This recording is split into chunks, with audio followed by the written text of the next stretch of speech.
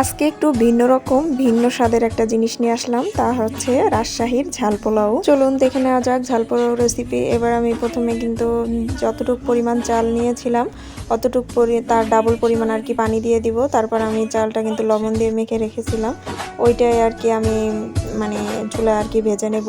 পানি কিন্তু আমি গরম বসিয়ে দিয়েছি, কারণ ওইটাতে গরম পানি ইউজ করতে হবে পোলাও ভাতের মতোই। তারপর চালটা ভাজা হয়ে গেলে আমি কিন্তু পানির মধ্যে আর কি ভিজিয়ে দিয়েছি, কারণ এটা ধুয়ে নিতে হবে। তারপরে এর মধ্যে আবার রান্নার মধ্যে তো আমাদের টুকিটাকি অনেক কিছু করতে হয়। যাই হোক, চিপস খেতে চেয়েছিল সবাই আর কি, তাই আমি চিপসটা ভেজে নিলাম। ওই চিপস ভাজার তেলের মধ্যেই আর কি আমি রান্নাটা শুরু করে দিয়েছি। প্রথমে আমি পেঁয়াজ কুচি দিয়ে দিলাম, তারপরে একে একে সব মশলা দিয়ে দিব। গরম মশলা, এলাচ, দারচিনি, তারপর লবঙ্গ আর হচ্ছে তেজপাতা দিয়ে দিয়েছি আর কি, আদা, রসুন, হলুদের গুঁড়া, মরিচের গুঁড়া, লবণ। তারপর আমি আবার একটু কষিয়ে নেব। এরকম করে একে একে সব মশলাগুলোই দিয়ে দেব। তারপর দিয়ে দিলাম আর কি গরম মশলা আর জিরা একসাথে করে গুঁড়ো করে নিয়েছিলাম, ওইটা দিয়ে দিয়েছি। ধনিয়া গুঁড়া। যাই হোক, মশলা কে কেমন খাবেন সেটা আপনার, কিন্তু এই ক্ষেত্রে মশলা একটু বেশি দিলেই ভালো হয় আর কি।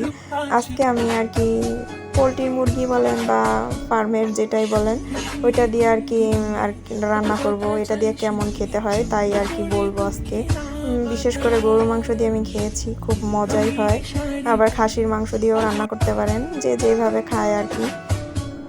তারপর আমি একটু কষিয়ে কিন্তু অল্প একটু পানি দিয়ে দিয়েছি। এই মাংস সেদ্ধ হতে বেশি সময় লাগে না, সবাই জানেন। তারপর আমি কষানো শেষ হয়ে গেলে ভালো করে কষিয়ে নিয়ে তারপর আমি ওই চালগুলো ধুয়ে সুন্দর করে আর কি তারপর আর কি ওই মাংসের মধ্যে দিয়ে দিলাম। দেওয়া হয়ে গেলে আমি এগুলো ভালো করে কষিয়ে নেব সুন্দর করে, যতক্ষণ আপনি চাল থেকে একটা গ্রান বের হয়ে আসবে। তারপর আমি দিয়ে দিলাম আর কি সেদ্ধ করে রাখা ছিল ছোলা। এই ছোলাটা অবশ্যই দেবেন, কারণ ঝাল পোলাওয়ের মেনই হচ্ছে ছোলা। ছোলাটা দিলে আর কি স্বাদটা একটু অন্যরকম আসে।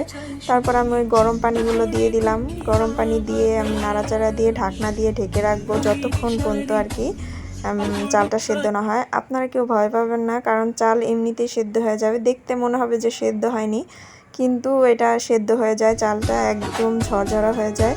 চলুন এবার দেখা যাক। আমি ঢাকনা দিয়ে ঢেকে আর কি পরে আর দেখাইতে পারি নাই, ক্লিক নেওয়ার আগেই খাওয়া শুরু হয়ে গেছিলো।